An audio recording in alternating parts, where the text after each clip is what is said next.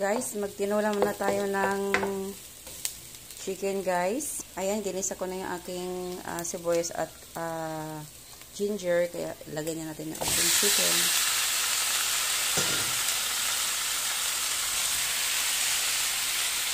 Magsabaw muna tayo sisilod sa ating anak, guys. Kailangan ng sabaw.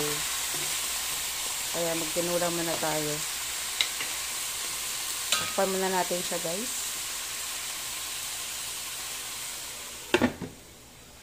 At syempre guys, habang nagluluto si Mami, magpapakain ako kay Steven. Open. Very good. Ayan, pinagsasabay ko ang pagpakain. At, ayan, medyo, ayan, kumukulo na.